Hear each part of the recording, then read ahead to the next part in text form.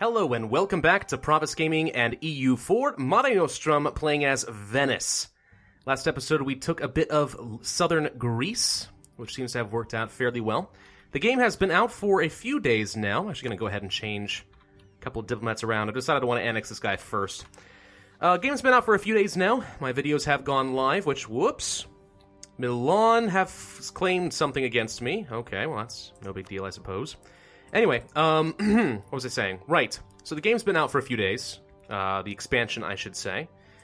And I've had a chance for some people to leave some comments and some videos, and I'd like to address a couple of those, because we have not really talked about my goals in this series, or at least what my strategy is going to be.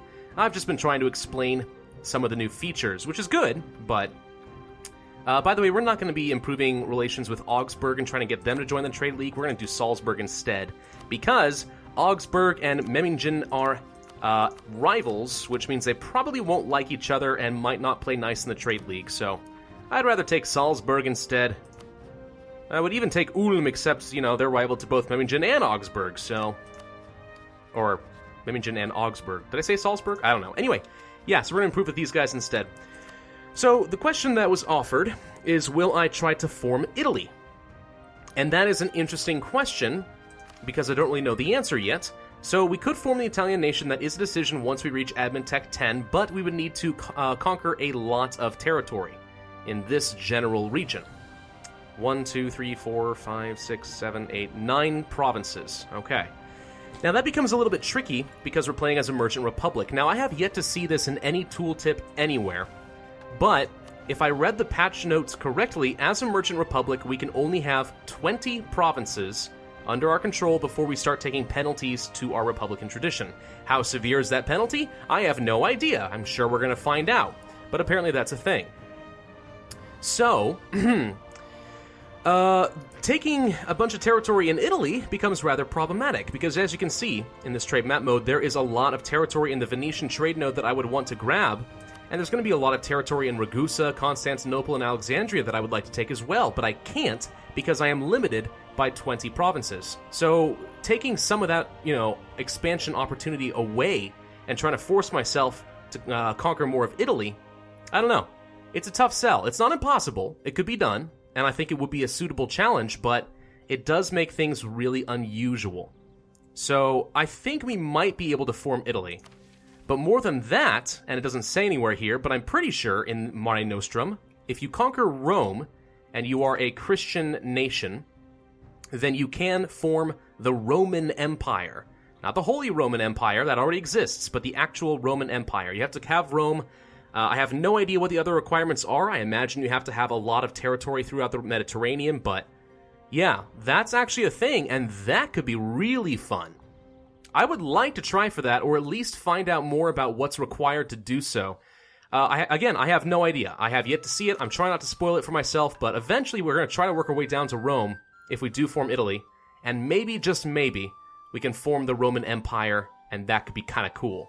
We'll see, though. We will see.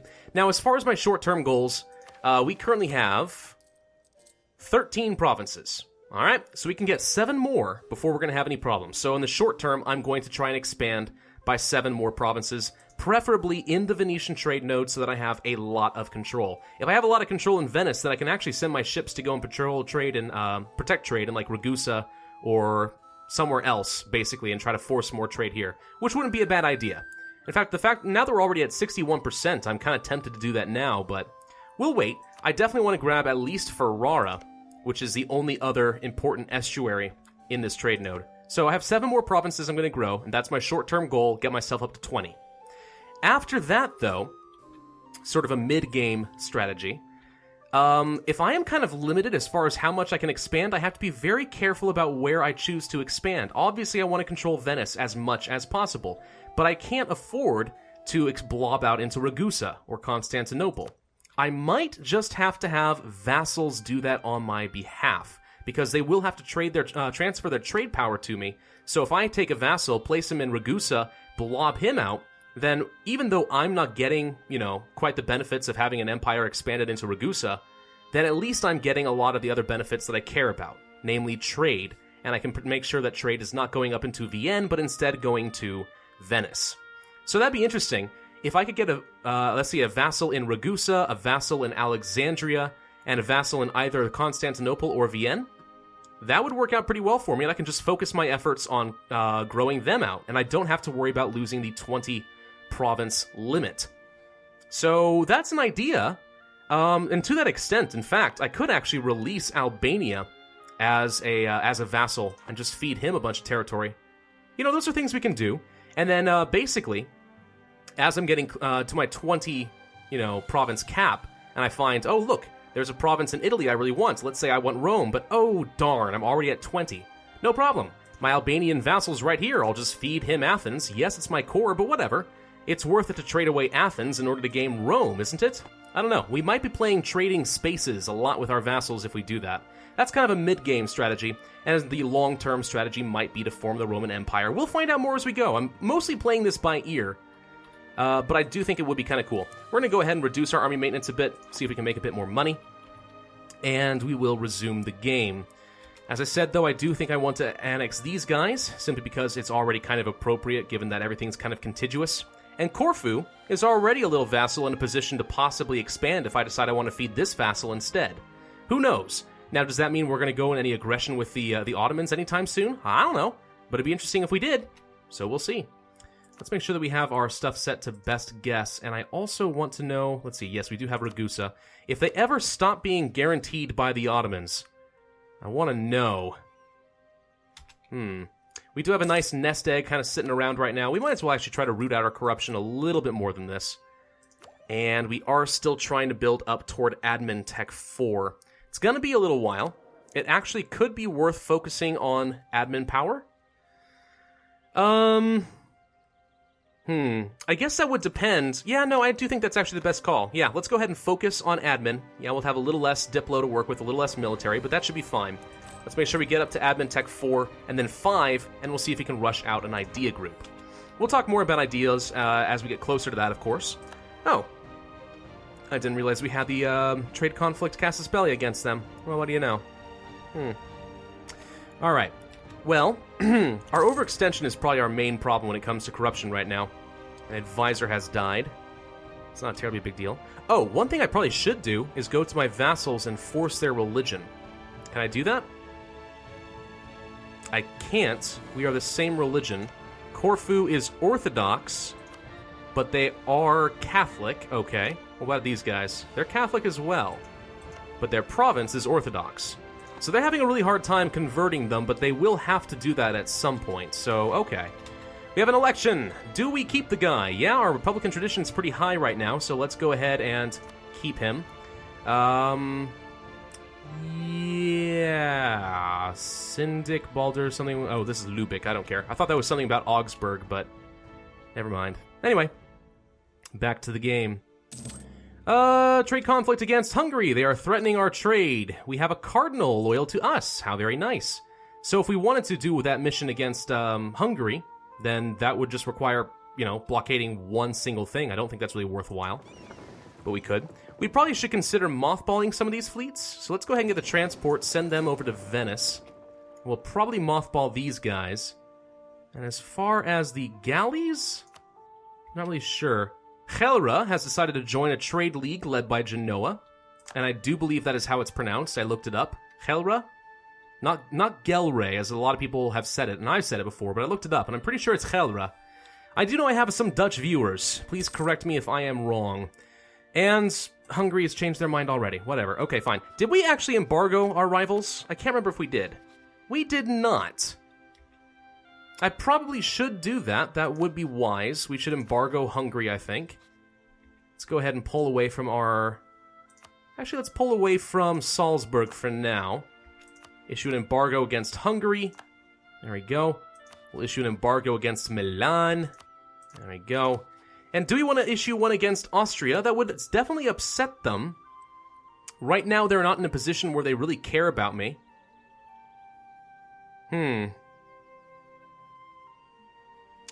Well, I think we should do that. It doesn't reduce our trade efficiency, it's just going to reduce their own power, so I think we have to do that.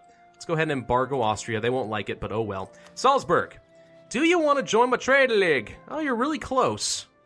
A little bit more relations, and you will join. And that'll be good. Trade embargoes going all around.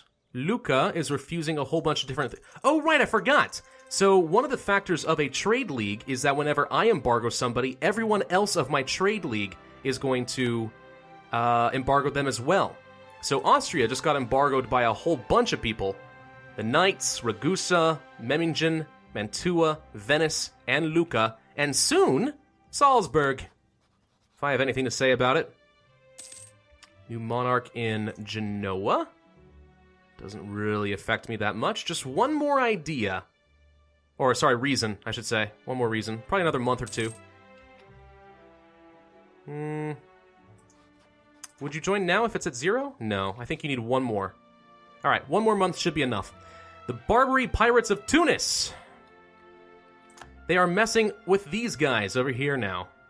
Now, you can counteract that. If I were to take, let's just say, one galley and send him on a mission to, I don't know, hunt pirates or something? Probably hunt pirates in this trade node. You can just click on the sea now, by the way, and he'll automatically do things like that, but I'm pretty sure... Well, will he? Maybe not. East Frisia has led a trade league or joined a trade league. No, he's not doing that. Okay. Hunt pirates in... I guess this is all technically Ragusa, so go ahead and go there. And the thing is, I remember seeing an Arumba video that kind of proved this, but one galley is really all it's going to take in order to reduce the amount of pirating efficiency that the Barbary nations would have. So the AI does not raid anymore, which is interesting. So it's kind of cheap, but one single galley will do the job. Just have one protecting each of the vulnerable trade nodes. I probably should have one protecting Alexandria as well to protect Crete, which does have a full loot bar, so I think I will. Cardinal Minister. One of the cardinals in Venice has proven to be a skilled administrator and already provides useful advice to the Serene Doge. Blah, blah, blah. Do we go for... I still have this debug thing. Gosh darn, I was trying to look up something, and I left my debug mode on. I'll fix that later. Stability cost modifier, missionary strength, tolerance of the true faith, tolerance of heretics, yearly papal influence. I like that a lot. That is really quite good. Or 10 prestige. I think I'm going to take the yearly papal influence and the missionary strength and the extra unrest, and the stability cost modifier is quite good. Those all seem nice. I like them. We'll do that. Speaking of which, how are we looking in the Holy See? We have 53 papal influence already. We could get some stuff. I do love getting the extra stability. That is quite good. Yearly prestige wouldn't do a lot for us. Tax modifier is certainly worth some money, but we're doing pretty well on money right now, so no. Inflation? I think we're fine on inflation. Well, moderately fine on inflation. It'll be fine. Diplomatic reputation? No, I think we just save up. See if we can get a free stability. It shouldn't take too long, just a couple more years, I imagine. We're already making quite a bit of progress. We're making some good progress against the Ottomans as far as building up a spy network. I can't really remember why we were doing this. Why were we doing this? I don't know. Gosh dang it, Ragusa, you need to stop being protected by the Ottomans. I want to kill you. Ragusa is the only province in the entire Ragusa trade node with one of these important centers of trade, or coastal centers of trade. So it's a very, very valuable province, and would help me steer a lot of the money that's currently going into Vienne instead going into Venice, where I can collect it all. Definitely would be better. Let's go ahead and split off one galley here. And I will send you on a mission to hunt pirates in the Alexandria trade node. And the other 3, I'm just going to mothball, because I don't think we need them for now. This should protect us from any more piracy in the future. Will it actually do that? I don't know. Maybe. Let's go ahead and pull our guy away from Salzburg, because it is time to invite them into the Trade League. There we go. Thanking you. Pew. All right, so we are now up to, let's see. Let's wait until the end of the month, because I think we were at 10% before. I want to see if we got a lot more trade power in the Vienna trade node. 11%. Not a lot more, but it is helping. The more trade power we have here, the more effective we're going to be at steering it down south instead of to the west, so more money in our pockets. Same thing here, of course. The more trade power we have in Ragusa, the better. Make sure that all money's going over here. Those are the 3 most important trade nodes to us right now. Alexandria, Ragusa, and Vienne. Vienne would be hard for us to expand in safely. That's the HRE's territory. Ragusa, we should be able to. Constantinople, all the money is currently flowing into Ragusa, so really the question is, how much do we want the Ottomans to be allowed to collect here? But otherwise, we know it's only going in one direction. It'd be kind of tough to get a vassal down here in Alexandria, though. Unless we got Cyprus.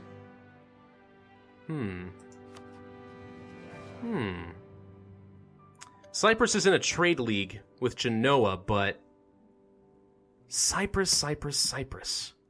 If we took you, we could feed you some claims against the Mamluks, so when inevitably the Ottomans and the Mamluks clash, we could take advantage of that and feed them some territory. That would be one way to get a vassal down here, wouldn't it?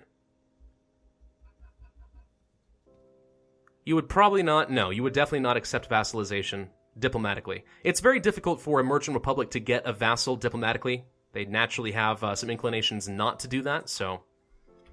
I don't know. We do have Crete, which means we actually could fabricate a claim and justify a war to try and take Cyprus. That would mean going to war against Genoa and their trade league again, but I'm okay with that if you're okay with that. Which you probably are, if I had to guess. We are having a lot of issues with corruption. Oh, we're no longer ahead of time on tech. Ah, that would do it. All right, let's root out some corruption. Look how much we can spend right now. 20 ducats. Wow. Wow. That is a lot of money to spend to try and root out that corruption. Way more than I'm willing to. We need to get rid of this overextension and fast. Gosh, dang. That's far more dramatic than I think I was expecting it to be. Good grief. Alright, well, I guess we might as well improve relations with, the Pope. Because we could actually use a bit more papal influence, a bit more improved relations. Yeah, we're only at 41. We got room for 59 more. Papal influence is good. Switzerland has a new monarch. Alright. And our Republican tradition is still ticking up by 1 every year. We should consider, by the way, what I want to do as far as my ideas. I see there's still a lag when you click that button there. You know, if we are going to go for this vassal strategy, then anything that gives me extra diplomatic relations could be kind of good. Influence ideas would do that. If we are going to have to focus on vassals, this would be an option for us. What about diplomatic? Diplomatic ideas would also do that. An extra diplomat is good. Relations, war exhaustion's alright. Improve relations, meh. Reputation's pretty good. Province war score cost is pretty good. Well, no. No, not really. Never mind. Diplomatic technology is definitely good.